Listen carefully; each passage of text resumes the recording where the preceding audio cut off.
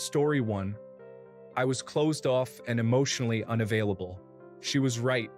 I worked on it by studying and taking time to understand my own feelings, what causes the bad ones, how I react to them, and so on. After almost 10 years of doing that, I am a much happier person. Thank you, Christina.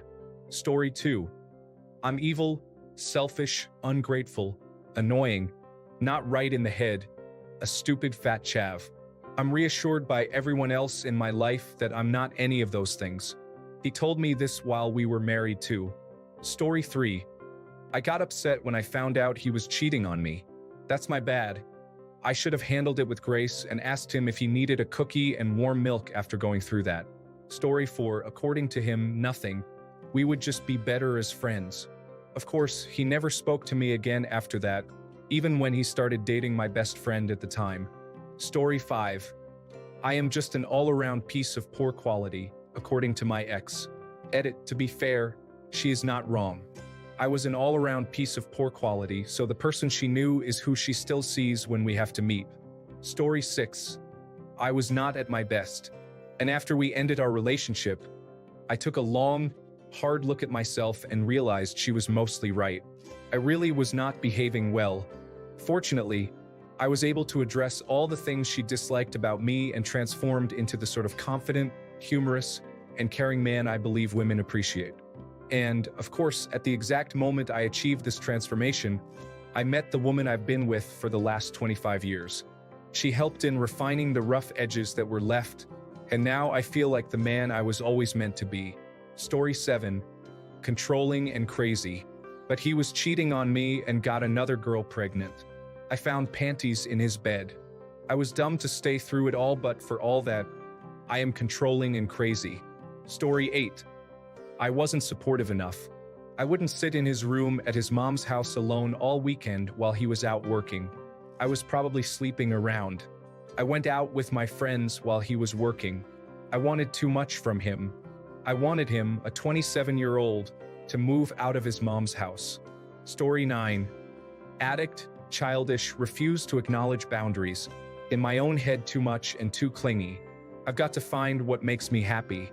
She was right about it all. I changed absolutely everything. I literally did it like a checklist, changed or working on changing them all. Story 10. All I care about is money. The truth is, I cared about being able to cover our bills. My 40 hours wasn't enough, so she should also get a job instead of being my dependent. If we don't have a kid, there's no reason for you to be a stay-at-home girlfriend, especially if ends aren't meeting. Story 11. I was really mean to her after she cheated on me. I remember her saying I wasn't the nice person everyone thinks I am because behind closed doors, she claimed I was a real jerk. My defense is she cheated on me, and I was losing my mind. This was after 7 years of living together, and I tried to make things work. Sadly, I turned into a really poor version of myself over that course of time, but I am doing much better now. I spent the last 2 years being single, working on myself and whatnot. Man, what dark times those were. Story 12. Certainly irrational, all his previous partners were. I humanly object to being less important than his mother. He was almost 40 at the time. I'm physically scarred. There was a distinct division in the relationship before and after major surgery. Story 13. I was a cheating, lying, narcissistic, drunk, and she was absolutely right. Therapy is a hell of a thing. Story 14. According to my ex, I could just tell you. According to my ex, I'm caught up in my own world. According to me, I'm caught up in my own world. She had a good read on me for sure. Story 15. Flat bottom, flat chest, pizza face, and I struggle at acrylic painting. That was 10 years ago. Flat chest was accurate, but I haven't really painted much since. Story 16. Too low maintenance. He wanted a girl who would spend his money, call him up to complain that he wasn't spending enough time with me, and be into getting their nails done. Apparently, I just wasn't girly enough. Story 17. To be fair, I have bipolar disorder, and she has something that she won't get checked for. For the majority of our relationship, I was unmedicated, and that was hard for her because living with instability is challenging. But then, I started medication and realized she was abusing me, so I ended it. I guess she would say I am considered unstable for a lot of legitimate reasons. Story 18. Lack of my personal social life, outside of work, was a reason she spoke out. I don't see the friends that are still in my life a lot, but I know they would be there if I needed them. She was scared that we would become lonely as a couple. I'm not the one for festivals, etc., but I spend more time on my hobbies. Story 19. That apparently I fell out of love with her and that I'm a narcissist. Coincidentally, that's her description of all of her exes. She also left me to go back to an ex. Story 20. He said he cheated on me because I was letting myself go. I am 5 feet 10 inches tall. At the beginning of the relationship, I weighed 122 pounds. When I left, I was maybe 100 to 105 pounds. The abuse had me so stressed out I could barely eat. I was 18 at the time. He was 34, although he originally told me he was 26. The girl he cheated on me with had just turned 15. I guess what he meant by letting myself go was that I was aging. Story 21. All my ideas are foolish. After 3 years of separation, she's living with her mom while I own my house in the woods, have a new sports car, money in the bank, and plenty of free time to be here. Story 22. It's easier to list the things that she didn't find wrong. 1. I never cheated. Start of things she had issues with. 1. I cleaned the house. 2. I listened. 3. I paid the bills with no complaint, even covering her expenses when she spent too much money on her brothers again. 4. Didn't let her irresponsible brother borrow my car. 5. I wanted my friends and family to visit, but she gaslit and manipulated me into isolating myself from them. She was a college-trained therapist, so she made it all seem like my idea. 6. Have ADHD, couldn't just turn it off. 7. Was always wrong, and her brothers, who said the same thing I did, were always right. Was always home on time. 9. Didn't go out often, see number 5. 10. Wasn't a big supporter of whatever cause she took up that week, like Satanism. 11. When she ended our engagement on my 40th birthday, she was upset that I didn't want her disrespectful mother to come over and speak ill of my family. The list goes on. It's taken almost 3 years to come back to myself, and my health is still not all that good. However, I quit smoking and drinking, so there's that. Story 23. That I was smiling too much after I had my braces taken off and craved all the attention I was getting. The attention was not even male attention. I just received more compliments about how happy I looked from our teachers and friends, and he didn't like it. Story 24. I didn't go to college like her, so I was beneath her. The idea of taking my last name made her upset because her name had so much value. Also, she said, "Where would you be without my parents?" Which is correct. Her parents helped me become a great person who was capable of taking care of their daughter. Also, she's adopted, so where would you be without your parents? She cheated on me twice. I'm the idiot who took her back after the first time. Lesson, kids. Once a cheater, always a cheater. Never take them back. Story 25. I'm controlling because I didn't like her hanging out alone in the middle of the night with a guy she used to connect with. Laugh out loud. Another would say, I go looking for things because I caught her in multiple lies and trying to hide stuff from me. One thing about me is I am not dumb and I do not play around. I cover my bases and I will find out if you're trying to be sneaky. Everyone gets the benefit of the doubt until they don't. A lot of the times I won't even say that I know, but I always do. People don't like being called out on their actions. Story 26. She would probably say something like, he did not want an open relationship, and his inflexibility and unwillingness to give it a try was emotionally abusive and drove me to cheat on him. Story 27. Apparently, I didn't have enough aspirations. Meanwhile, she's a personal support worker in an old folks' home, still living in her aunt's house at 26, single, and without much else going on in her life.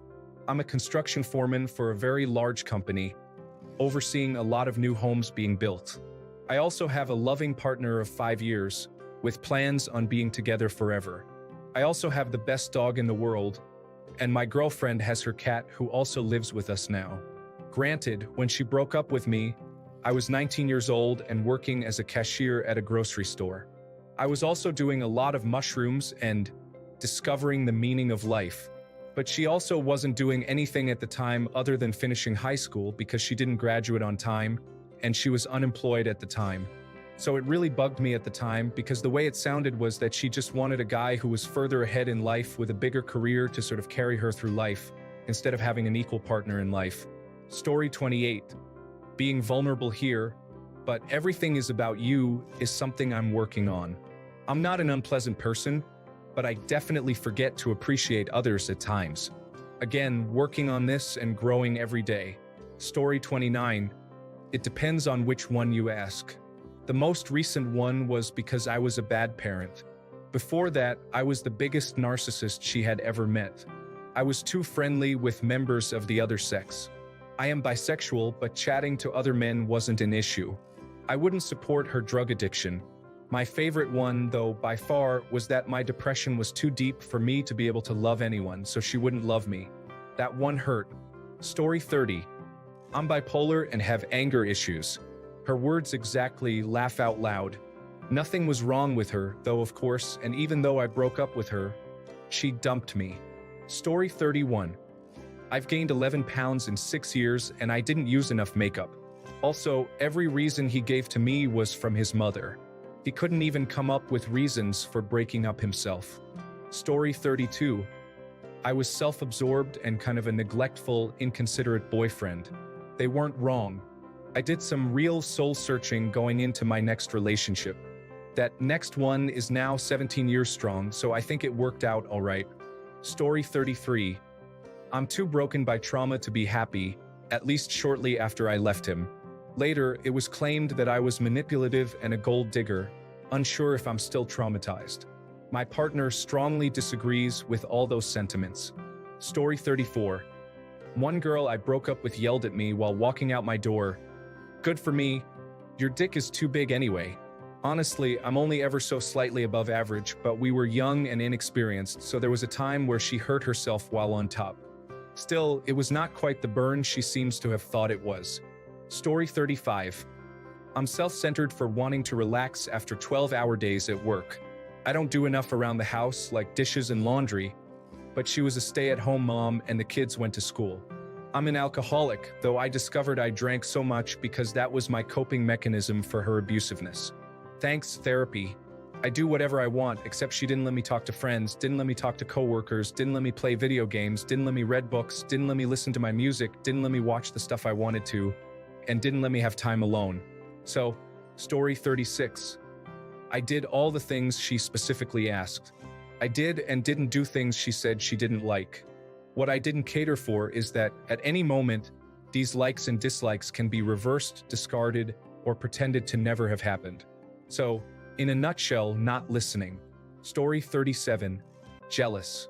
It turned out he then asked my best friend behind my back if she wanted to date him, even though I was still his girlfriend. And after just 2 days of breaking up, he already got a different girlfriend. I wish I had found out I was lesbian sooner. Not necessarily because he was a cheater, but because he was also a groomer and a sexual harasser. Story 38. I'm emotionally unavailable, which is definitely a problem.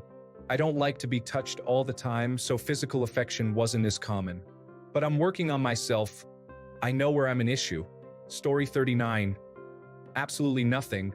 She only had amazing things to say to me and about me. Unfortunately, her constant lies and actions showed her true colors, and she is now back with her abusive ex, who was before me, literally the next day after we talked. Story 40. My biggest flex is nothing. I've only had 2 serious relationships, one lasting 5 years and the other 3 years. Both times, the relationships ended because of them. They knew it then, and they still do, and they still try to come back. But my most recent ex said I talked way too much. I mean, that is true. Story 41. She didn't say there was anything wrong with me. She just said that she doesn't feel in love with me anymore and thought that keeping me around would only be deceiving me. Story 42. That I was not compassionate. She was struggling, I suppose, but hitting me and popping my tires was enough for me. especially when it was over me being sick and not wanting her to come over that night. She then stalked me for 4 months and broke into my house a few times. She lived 10 miles away and didn't have a car, so I assume she walked each time. Waking up to her wide-eyed face in my window was a crazy experience. Story 43. I am immature because I enjoy comic books, science fiction, and steampunk cosplay, among other things. I am considered lazy because she never saw me cleaning. This is because I clean as I go, so I do not make a mess. Additionally, I cleaned when she was at work so I could do it my way at my pace with my music or podcast on. Story 44. I wouldn't put out. The one thing I told him I wasn't going to do when we started dating. Every guy seems to think they'll be the one who will change my mind. Story 45. Even though I had a job but didn't have a car because it got wrecked, I couldn't make my buddies drive me out to go see her. She knew I didn't have a car when we started dating, but apparently, it started to bug her. Until I realized that wasn't the case, because after she broke up with me, she started dating someone who didn't have a car or a job. Story 46. Everyone who knows me knows I wouldn't say boo to a goose, and that I'm pretty sensitive and loving. After we broke up, she went posting online that she's just come out of a domestic abuse relationship.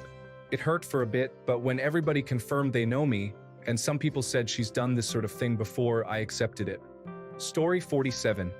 I was told by my former partner that she was breaking up with me because she found our physical connection too painful, attributing it to my size. This moment made me realize that she might have been communicating with her previous abusive partner and was considering going back to him, as we both knew her reasoning wasn't true.